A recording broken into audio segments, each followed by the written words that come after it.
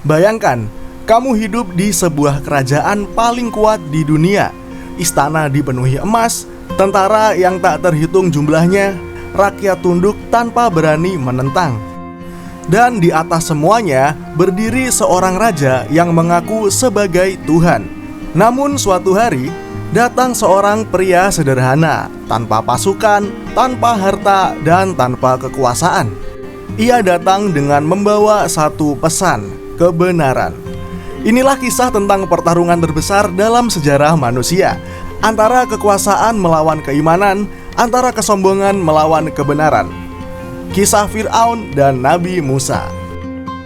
Oke, sebelum kita lanjut ke cerita utama, jangan lupa buat like, komen, dan share video ini ke teman-teman kalian ya.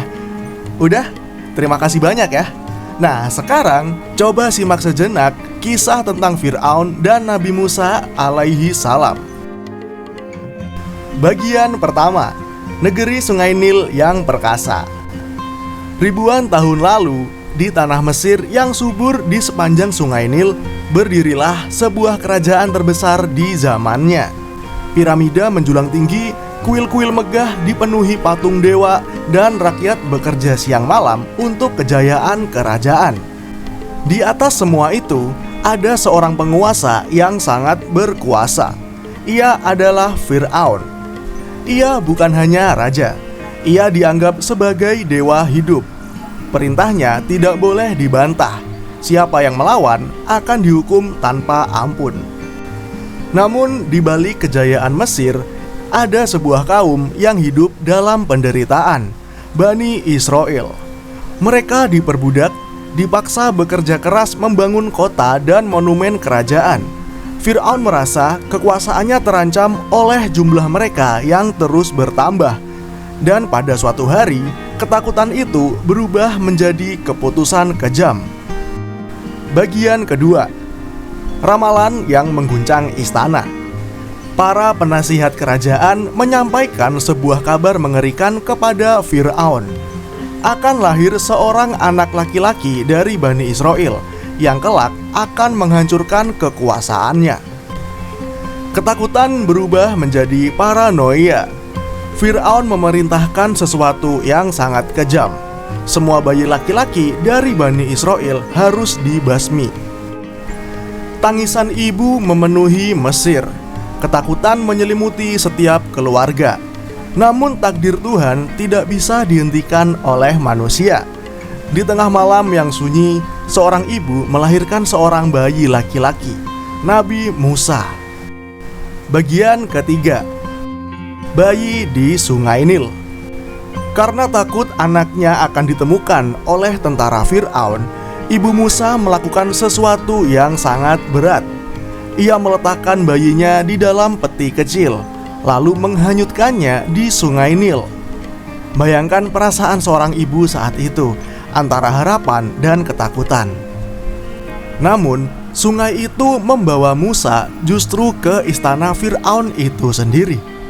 Istri Fir'aun menemukan bayi itu dan merasa iba. Ia meminta Fir'aun untuk mengadopsinya. Ironisnya, anak yang diramalkan akan menjatuhkan Fir'aun justru dibesarkan di dalam istananya sendiri. Bagian keempat, pangeran yang tidak sama. Musa tumbuh sebagai seorang pangeran Mesir. Ia mendapatkan pendidikan terbaik, kekuatan, dan kehidupan mewah. Namun hatinya tidak pernah tenang. Ia tahu dirinya bukan berasal dari kaum bangsawan Mesir. Ia melihat penderitaan Bani Israel setiap hari. Hingga pada suatu hari, Musa melihat seorang tentara Mesir memukul seorang Bani Israel dengan kejam. Emosi menguasainya. Ia memukul tentara itu hingga tewas. Kejadian itu mengubah hidup Musa selamanya. Musa melarikan diri dari Mesir, meninggalkan istana, kekuasaan, dan masa lalunya. Bagian kelima, pertemuan dengan Wahyu. Bertahun-tahun telah berlalu. Musa hidup sederhana sebagai penggembala. Hingga pada suatu malam, ia melihat cahaya di Gunung Tur. Di sanalah Allah Subhanahu wa Ta'ala berbicara kepadanya. Musa diangkat menjadi nabi, dan ia diberi tugas yang sangat berat: kembali ke Mesir dan menemui Fir'aun, mengajak penguasa paling sombong di dunia untuk tunduk kepada Tuhan. Bagian ke-6, pertemuan dua dunia. Bayangkan momen itu, seorang nabi berjalan memasuki istana megah yang dulu menjadi rumahnya. Di singgasana emas duduk Fir'aun dengan penuh kesombongan. Dialog mereka menjadi salah satu percakapan paling bersejarah dalam kehidupan manusia. Musa berkata, "Bebaskanlah Bani Israel dan sembahlah Tuhan yang Maha Esa." Fir'aun hanya tertawa. Ia menganggap Musa gila. Bagaimana mungkin seseorang menentang dirinya yang dianggap dewa? Namun, Musa tidak datang dengan kata-kata saja. Ia datang dengan mukjizat. Tongkatnya berubah menjadi ular, tangannya bercahaya terang. Namun, kesombongan Fir'aun lebih besar daripada bukti di hadapannya. Bagian ke-7, pertarungan mukjizat. Fir'aun memanggil para penyihir terbaik Mesir untuk melawan Musa. Rakyat berkumpul menyaksikan pertarungan besar. Para penyihir melemparkan tali mereka. Tampak seperti ular bergerak. Namun, ketika Musa melemparkan tongkatnya, tongkat itu berubah menjadi ular besar yang menelan semua sihir mereka. Para penyihir langsung bersujud. Mereka tahu itu bukan sihir, itu mukjizat. Fir'aun marah besar. Ia justru semakin keras menolak kebenaran.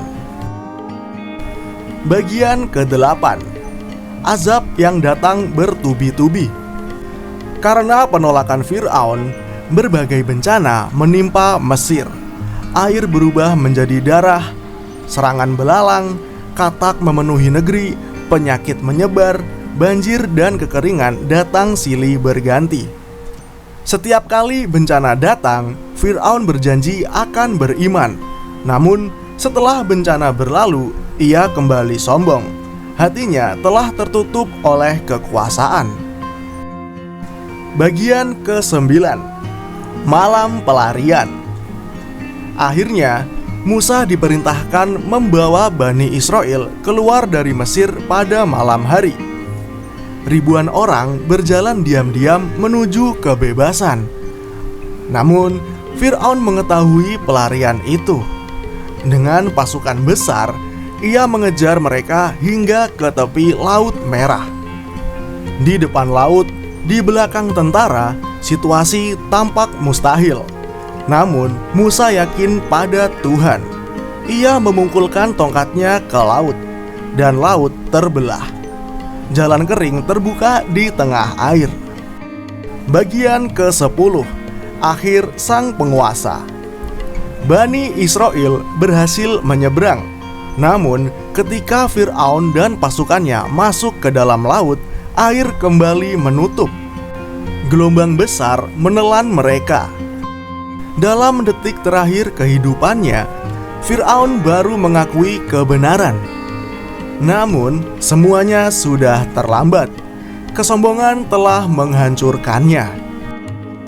Dari kisah ini, ada pelajaran yang bisa kita petik. Kisah Fir'aun dan Nabi Musa bukan sekadar sejarah. Ini adalah cerita tentang manusia, tentang kekuasaan yang bisa membuat seseorang lupa diri, tentang keberanian untuk mengatakan kebenaran meski melawan penguasa terbesar, tentang iman yang lebih kuat daripada kerajaan manapun. Kisah ini mengajarkan kita beberapa hal penting. Pertama, kesombongan adalah awal kehancuran. Seberapa tinggi jabatan seseorang, ia tetaplah manusia yang lemah di hadapan Tuhan. Kedua, kebenaran tidak selalu datang dari orang yang kuat. Kadang justru datang dari mereka yang sederhana namun beriman. Ketiga, pertolongan Tuhan selalu ada bagi orang yang sabar dan percaya. Dan yang paling penting, Jangan pernah merasa paling benar, paling hebat, atau paling berkuasa. Karena sejarah telah membuktikan bahwa seorang Fir'aun pun bisa jatuh dalam sekejap. Semoga kisah ini bukan hanya menjadi cerita, tetapi bisa menjadi pelajaran hidup bagi kita semua.